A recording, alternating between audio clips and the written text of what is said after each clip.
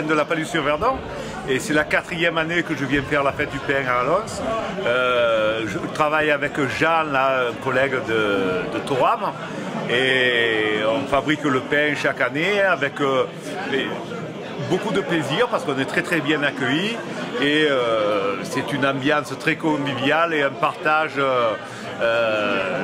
avec la population locale et la population environnante. Donc c'est le milieu rural qui vit, qui bouge. Donc c'est énormément de plaisir de participer et de fabriquer le pain pour Alons. Bon, le pain, le four, il faut l'allumer plusieurs jours à l'avance, non? Alors oui, là l'association Les Estubés allume le four 4 jours à l'avance en général. Et puis nous, donc, on arrive le matin aux alentours de 6h, 6h30. On poursuit la chauffe de manière à avoir une température optimum pour la cuisson du pain. Et après, on fait cuire le pain et après, c'est la distribution du pain, la vente à très bas prix pour les gens du village. Et voilà. Oui, pour tous les gens du village et du secteur. Et des alentours. Qui viennent et c'est toujours un grand succès, quoi. Il y a toujours beaucoup de ventes. Le four, il y a une température idéale ou...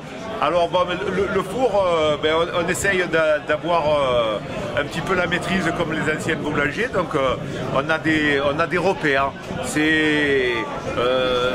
On a du fleurage, donc de la florette, ce sont des noyaux d'olive broyés qu'on jette un petit peu sur la sole du four et il faut qu'ils noircissent mais qu'ils ne s'enflamment pas.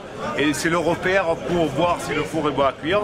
Et bien sûr, auparavant, il a fallu qu'on ait pyrolisé le four, c'est-à-dire que au départ, quand on chauffe, les pierres sont toutes noires et dès que ça blanchit, que ça pyrolise, tout devient blanc et là on se dit on est à peu près à la température optimum pour la cuisson du pain. On démarre en général avec une température assez haute, on va cuire les fougasses en premier et certains pains et puis après on cuit les pains de plus en plus gros de manière à avoir parce qu'on a une température qui est descendante. Donc. Qui va en redescendant, ouais. Voilà. Il faut procéder par hiérarchie de cuisson. La courbe de cuisson est descendante.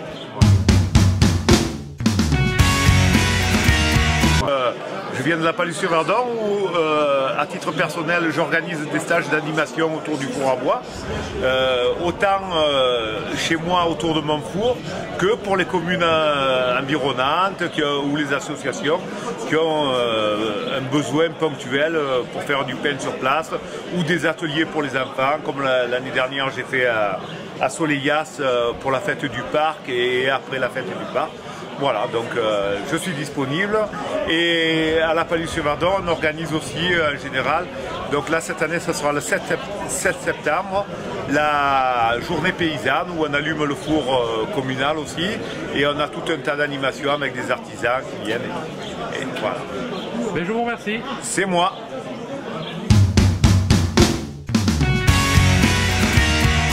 Donc on a procédé ce matin à l'inauguration de l'abribus scolaire qui est d'une nécessité puisque les enfants jusqu'à présent étaient abrités sous un balcon, un particulier, et donc qui n'était pas à l'abri du vent, la neige, l'hiver. Donc cet abribus il a été décidé par la municipalité, l'ancienne municipalité d'Éville-Alfard, et donc il a été mis en place grâce au soutien efficace de Claude Noumézel dans le cadre de son enveloppe parlementaire à hauteur de 50%.